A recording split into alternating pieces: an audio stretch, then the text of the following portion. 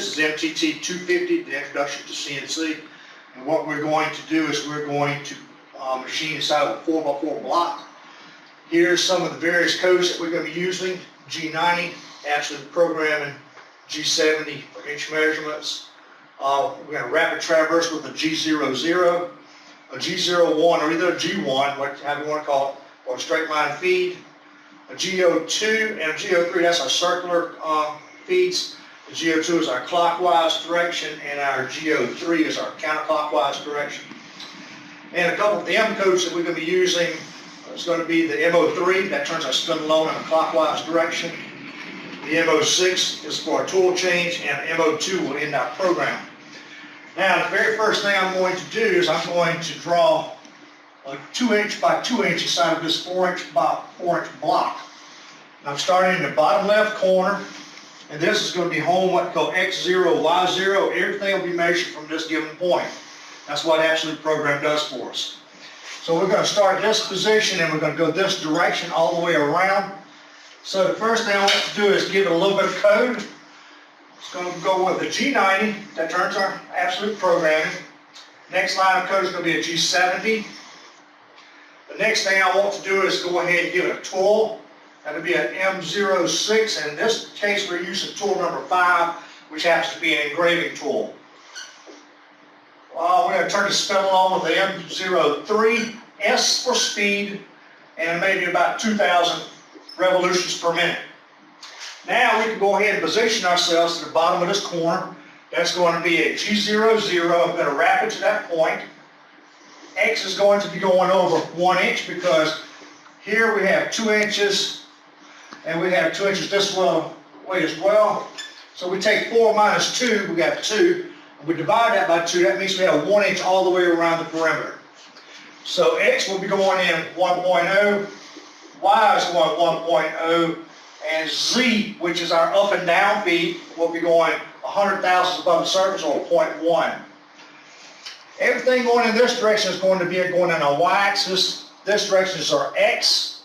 And right now we're working in this quadrant, so everything will be positive, positive. Now that we've positioned ourselves here, we can go ahead and go down into the workpiece. That'd be a G01, Z minus 0.025 or 25 thousandths of an inch. We'll give it an F for feed, and that'd be 20 inches per minute. That's how we express our feed rate, inches per minute. Now that we're down inside the part here, we need to get to this point, so absolute programming measured from one given point, from here to here is 1 plus 2 is a total of 3 inches on our Y. So that would be Y 3.0. Now to get this point, from here over to here is 1 plus 2 is another 3. So X will be going 3 inches. Now we're here, and from here to here is 1 in our Y-axis. And to get back where we started, from here to here in our X-axis is 1 inch. Now that we're through, we can pick our tool bit up. That's going to take a rapid command, G00, Z 3.0, or anything above the surface, any positive number. I like to bring it up high enough where I can reach my hand in there and get my part out without cutting my hand with the tool bit. Now if we take X back home and take Y along with it, it gets back to here to the beginning start point, and M2 will end that program. Now I'm going to leave all this information here because the next thing we're going to do is a triangle.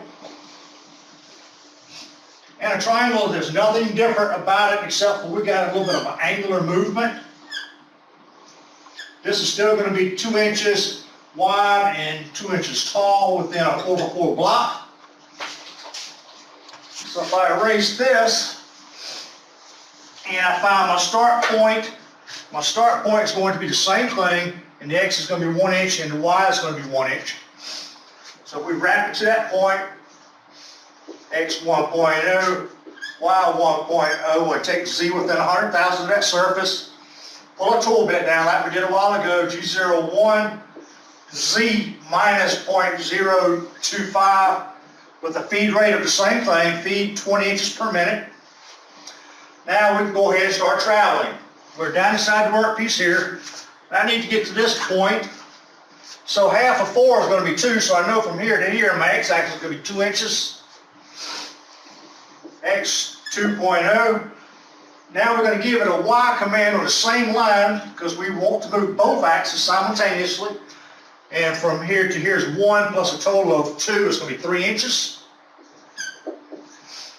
Another diagonal move will get us to this point.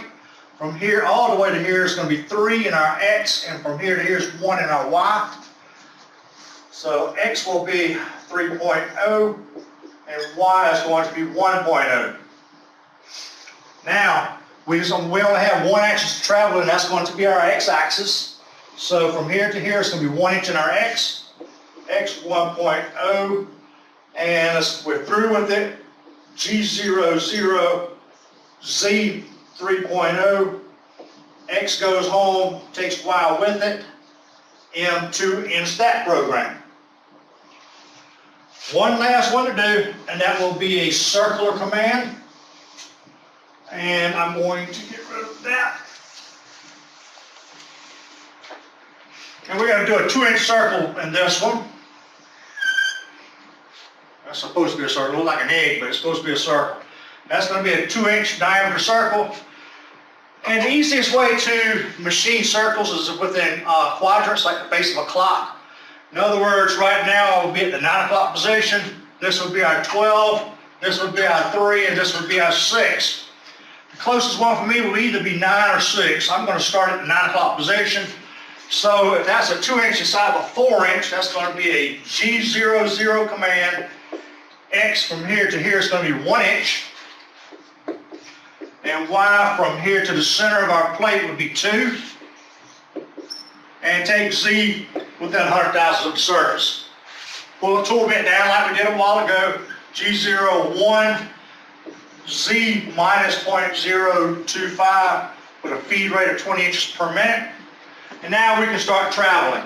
We have 2 options. We can go in a clockwise direction, which would give us a GO2 command, or we can go in a counterclockwise direction, which would give us a GO3 command.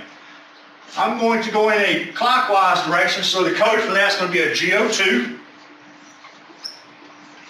Now, if we're machining a complete circle, 360 degrees, if that's my start point, that's going to be my end point.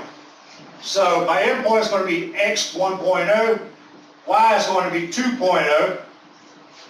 Now, the way we work the arcs is I is the center for X, and J is the center for our Y-axis. So here's the center here. So from here to here, my X-axis is going to be 2. So that's what I would be, I 2.0. And from here to the center, and my Y-axis would also be 2. And so that would be J 2.0. We just made a complete circle. We finished the circle out. We're through with that. Pick a tool up, G00, Z 3.0. X goes home, Y goes home with it, and M2 ends the program.